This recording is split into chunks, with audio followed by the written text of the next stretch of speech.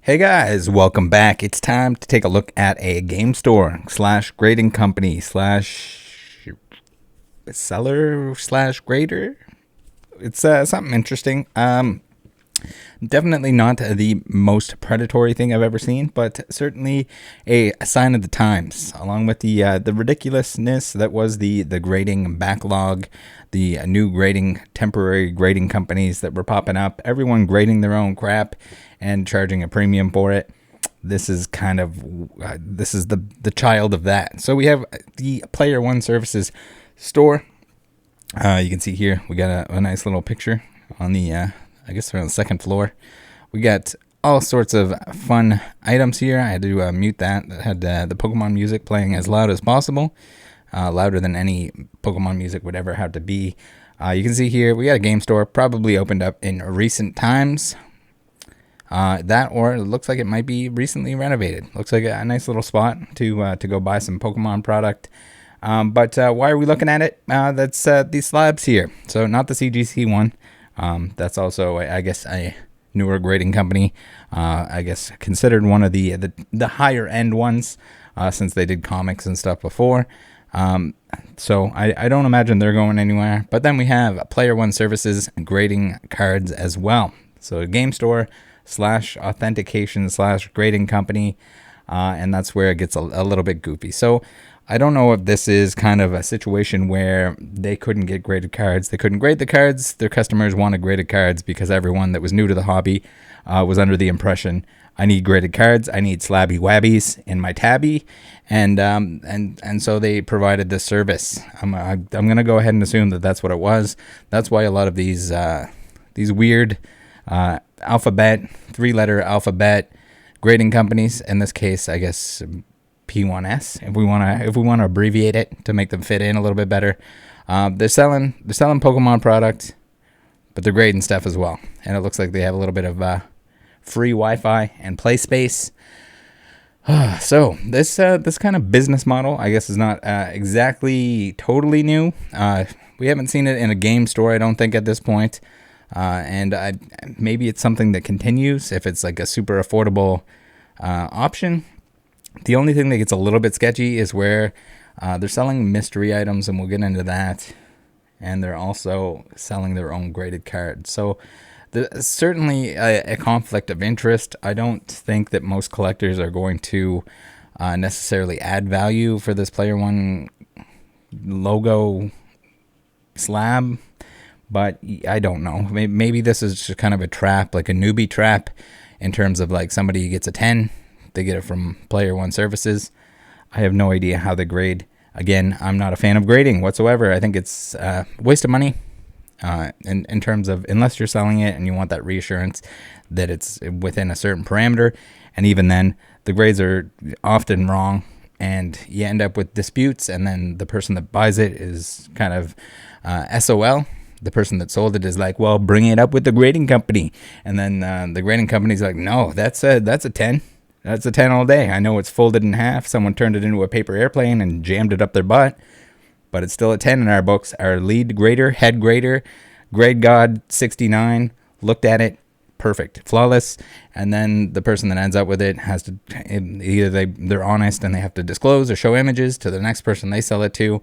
They're not happy with it. Everybody loses. Yeah, so more on that. So we've already seen this, something similar before with TGA, the grading authority, A-Drive's company. I don't know if it's his company. He started it. He put his name on it or whatever. We got Slab Designer. We can design our slabs. We can put 69 colors on our slabs. We can make our footballers look extra cute with their labels that match. So you might say, what does this have to do with it? Sure, they popped up in the grading, the great grading shortage, the great grading race to grade everything that's ever been graded. And yeah, that is true. But if we go to their shop and they're still selling them, hold. Site's a little laggy. You might want to look into that TGA. Yeah, A-Drive was supposed to talk to me about this, and then he decided he wasn't going to, probably for the best. But you got mystery packs. See, if you want to start a grading company, by all means, go ahead. All of them are a joke to a certain extent. there was a huge shortage in it. It's a cash grab. There's a shortage. You can make money. You can make $20. You make $30 by putting a card in a hard plastic case and slapping a label on there. By all means, hustle that, scam some people, make them think that they're getting value. Clearly they weren't. So, Junk Slab Central, basically anything that isn't within those top grading companies. And even then, guys, do I need to remind anyone? There was basically no value in anything other than, like, additional value in anything other than a PSA. And even then, people mostly just wanted the 10s. 9s might have had a little bit of a premium over a rock card. 8s, 7 and 8s, you're getting in a near mint, same price territory. I've cracked a ton of those for that reason, especially the 8 zone. The 8 zone is a good zone to be in for binder copies. But yeah, there was the odd exception with BGS. If you had something that was in a really high grade, if it was a 10, BGS 10, if it was anything below that, it was seen as inconsistent and not very valuable. If you had anything in any grading company other than that, people, in Pokemon at least, people just didn't even want to look at it.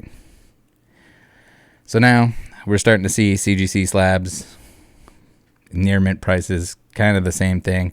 A lot of people cracking their CGC, depending on what era of CGC, difficult CGC and newly less difficult to grade CGC, cracking those, crossing them over to PSA. Again, do what you guys got to do. Just a lot of money wasted on grading stuff for $20 plus per card, cracking out and regrading it. Not to say that the people that are going to crack it out and regrade it with PSA or something are not going to make money off of that. Again, I don't grade with any of them. I don't think it's all a waste of money, but by all means, do what you got to do to get what you want and whatever people see value in, I guess. But back to the mystery packs here. The mystery packs are an issue because we had TGA selling like $20 mystery packs. They put a $2 Pokemon V, GX, EX, whatever, $2 bulk. Basically, any of those EX, GX, V combination of those, and putting them in a slab, charging $20 for them. People getting them. What, that does not add $18 of value. My apologies. I don't care if you put 79 10s all over the case. It doesn't matter. It's a $2 card that you put in a case. So back to the we're back on the player one. Let's go to the player one website here. We got the player one website. We got grade your cards. We got Pokemon releases. I guess we got all the images here. We got packs. We got graded cards. At least they knew that this was Russian. That's something. That's a bonus point for them. We got graded stuff. Not to say that they don't know what they're looking at, but at the same time, it's kind of weird when you got grading services like this, and you're gonna let people send stuff in to grade, but you're also grading your own cards that are in shop. So you got a conflict here. You're gonna obviously grade them higher. Maybe not obviously, but you might grade them higher just to make more money off them. The more 10s you have in the shop, the more people are going to pay for them because they think it says 10 on it, so it's got to be a perfect card, or it's got to be near perfect, or it's it's just what people want to collect. People have this this mindset that if it's a 10 out of 10, I think that's largely why people like the PSA stuff more than, and maybe CGC's downfall to a certain extent, is the fact that it's just so hard to get 10s. And then even when you do get a 10, if it doesn't have 10s and all the 10s, all the subgrades, then it's not a perfect 10, and it's not like a PSA 10 is the barrier to entry. We're gonna ignore the exceptions to the rule where it clearly was misgraded, but a 10 has a pretty broad spectrum of perfect to not so perfect, but still pretty good. So how to get cards graded. You can send cards into them, get graded. And then if you go into their shop, you get weird stuff like this. Graded vintage Pokemon card, authentic original Pokemon, 1998 to 2003. So this is just littered with like the fact that they don't know what they're talking about. Hold on, I got to get this all on screen here. So this is like newbie stuff where you have to explain to people that there were no English Pokemon cards in 1998. They started in 99. And for some reason they have them listed in 98. Maybe they have Japanese cards, but it doesn't look it. You got unlimited in first edition. I guess there's no option for, and it just changes the price. It's only an extra $2 for first edition. One authentic vintage graded vintage Pokemon card. Every card available is this listing is in near mint 7 out of 10 condition or higher.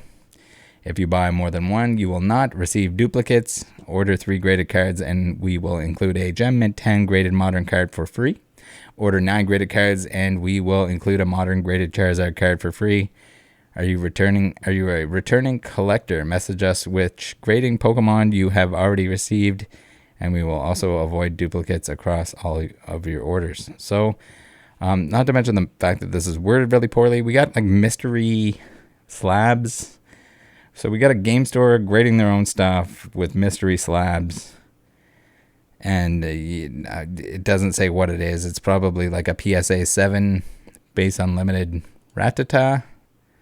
Or maybe they got like base set 2 stuff. It doesn't really say. It's just 98 to 2003.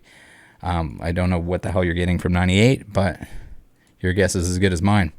So here we have, I guess this is the modern Searchy Wurchy mystery slab-tastic. So there you go, guys. You open a game store, go on Alibaba, get some cases, and slap those bad boys together. I'm going to assume that they're sonic welding these. If they glue them, that's a little bit of a concern as well, because the vapors or whatever that come off the glue can damage the card. So you definitely don't want to be gluing this stuff together. But I would assume that if they're going to go through the effort of creating this whole thing, that they got a sonic welder for a couple $1,000. Graded modern Pokemon card. Authentic Pokemon cards 2016 to 2021. I don't know why it only goes to 2021. I guess maybe that's when they made this listing. $18.10. That's USD. One authentic graded Pokemon card. Every card in this listing is in near mint 7 out of 10 condition or higher. If you buy more than one, you will not receive duplicates. Order 5 graded cards and we will include a Gem Mint graded card for free. I guess it's modern, but they didn't specify. Order 9 graded cards and we will include a graded Charizard card for free. So this is probably like the cheapest of all cheap Charizards. It's kind of like those listings, the scam listings on eBay, where you see they'll be like Charizard Lottery 69, and it'll be like all these different Charizards, expensive ones, vintage ones, and whatever. And every time, all the time, you're going to get whatever the cheapest Charizard is that's shown. Are you a returning collector? Message us which graded Pokemon you have already received, and we will also avoid duplicates across all your orders. Sick nasty. So, what do we got here? Base set holo rare Pokemon card authentic. I don't know why they choose to sell everything in a mystery form, other than the fact that they can just get rid of the crap they don't want, I guess. That's probably the answer. This is base set holo rare Pokemon card authentic. Oh, here we're 99 Gen 1. WotC Gen 1. Okay. It's on sale for $48. One authentic vintage holo rare Pokemon card from the 1999 base set from our personal collection pictured above. Is it a personal collection or is it the store? If you buy more than one, you will not receive duplicates. As long as we are not sold out, you will receive a complete set if you purchase 16 cards. So why won't we just sell them in sets of 16? You got to pay $48 per card for base unlimited or base set 2. And we're not sure on what the condition is. $48 per card, and then you get a Charizard. So you probably get a base set 2 Charizard. It's probably pretty beat up, which wouldn't be a bad deal for $48. But when you have to pay $48 for all these unlimited Magnetons and everything else, probably a little ouchy in the couchy. So it's gonna give us a list. We got the Machamp is even in there. We can get a Machamp. Very cool. This listing is for one vintage base set holo rare card pictured above, not for all of the hundreds of cards pictured in the assortment. If you want to request a specific card number from this set, just send us a message to ensure we still have that one you want in stock. Be warned that Charizard and Blastoise are by far our most requested fan favorites, and they are normally gone very quickly. So I guess you're going to contact them. You're going to ask for Charizard or Blastoise. and they're not going to have any conveniently. And instead, like, they're gonna sell you any of the other ones for $48, which I think even if you get the Venusaur, you're probably not getting $48 worth of value, depending, I imagine, condition wise. So no matter what, you're getting $48 or less. Just buy the singles, for the love of God. I know, like, I shouldn't have to tell people this. But it seems like another newbie trap. It seems like it almost seems like the site, if there wasn't a physical location, I would think that this is just a scam site that someone put together to try to rip people off. Like, it's that poorly written and laid out and designed in terms of what you're selling that no one sells like this that isn't trying to take advantage of others. So now we have Shadowless base set, the first ever Pokemon set in 1998 WotC. Again, not 1998. For the love of God, I hate that. But I expect it from like somebody that's new to the hobby, or that's like they haven't collected in years and now they're getting back into it and they're like, oh yeah, I remember back in 1998. No, you don't. It wasn't then. And so usually they say 96. Oh, I have the cards from 96. No, you don't.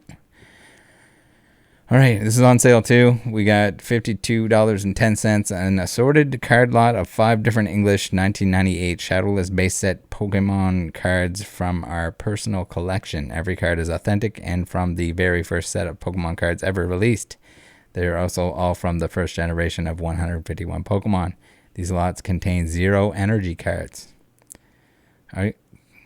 So we can pick unlimited Shadowless base set or first edition Shadowless base set. Doesn't make a whole lot of sense to me. I guess maybe that's just regular Shadowless and this is... okay, whatever. Put the power in your hand with the Pokemon trading card game. The hugely successful Pokemon Game Boy game was just the beginning. I guess this is just like a spiel. We have now sold over 70,000 cards in the last few weeks. Well, I hope they weren't buying these bundles because they don't sound like a very good deal. Hopefully this was at least a little bit entertaining. I know that most people watching this probably understand that you should never buy anything like this. Avoid mystery things. It's almost always going to burn you. Avoid temporary grading companies. I mean, maybe that's a little bit more obvious now than it was back in 2020, 2021.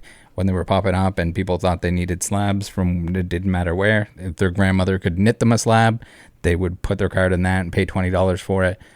But hopefully those days are over. It's ridiculous. I think grading in general, again, is pretty ridiculous. We make fun of it all the time on the channel here.